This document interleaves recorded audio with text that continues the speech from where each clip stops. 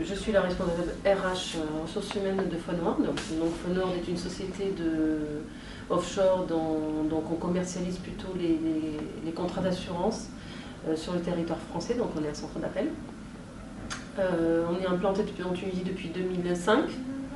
Donc voilà, donc qu'est-ce que je peux dire d'autre? Donc voilà, en ce qui concerne un peu le centre d'appel Fonward. Actuellement, on a déménagé, donc on est sur un nouveau site, au 51 rue des Entrepreneurs, à Charguia 2. On est là depuis le 19 août. Voilà à peu près pour Fonward.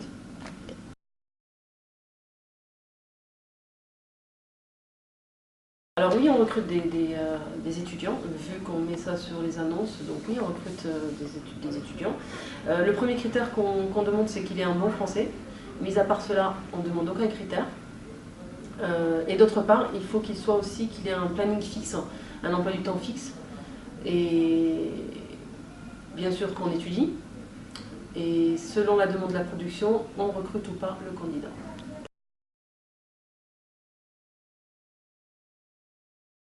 Alors oui, on recrute, et la seule motivation, c'est qu'il soit un bon profil, tout simplement.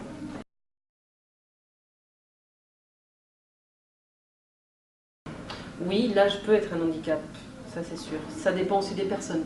C'est pas tout le monde. Il y a des personnes qui ont 50 ans qui n'arrivent pas à s'intégrer parce que voilà, nous avons en général nous avons une équipe dynamique jeune. Nous recrutons beaucoup de jeunes, c'est vrai. Donc l'âge qu'on recrute, c'est entre disons 20 ans et 35 ans. Ça dépasse pas en général. Quand ça dépasse, c'est vrai qu'ils ne restent pas parce qu'ils ont du mal à s'intégrer.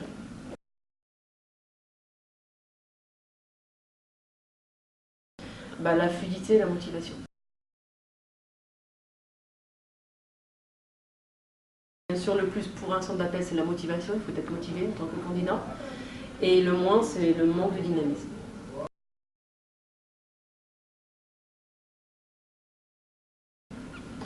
Alors, je vais vous donner un exemple. Donc, c'est déjà penser à offrir ce que les autres n'offrent pas, déjà.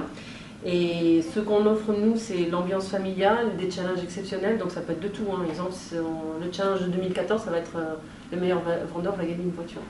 Donc, voilà. Après, voilà, c'est vraiment des choses que je pense qu'en Tunisie, ça n'existe pas. Aucun centre d'appel en Tunisie ne fera gagner une voiture au meilleur challenger. Donc, voilà.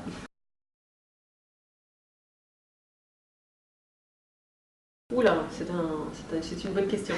Donc je pense que les fautes qu'on trouve actuellement dans les CV, les lettres de motivation, c'est les fautes d'orthographe. Et principalement, ils ne savent pas classer les expériences aussi. Donc ça, c'est vraiment un petit souci en Tunisie, je pense.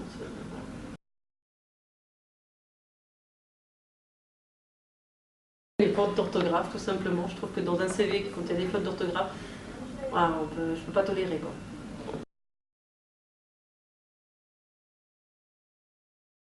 C'est l'expérience professionnelle et les coordonnées, tout simplement.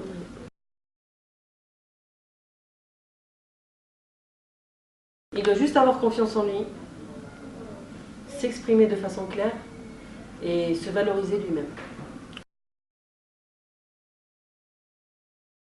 Répondre calmement et prendre son temps avant de répondre, tout simplement.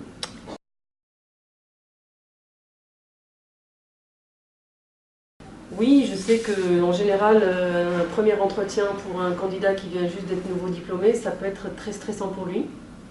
En général, j'arrive à canaliser son stress et le mettre à l'aise déjà. Et par la suite, on démarre l'entretien.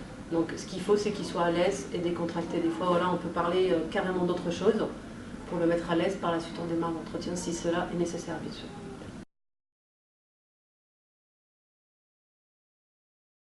Alors, il doit être présentable, excusez-moi.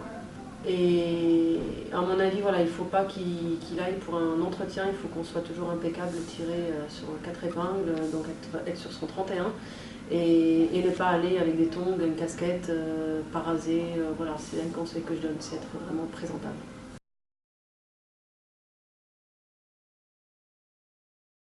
Oui, bonne question. Donc voilà, c'est de ne pas rigoler pour n'importe quoi.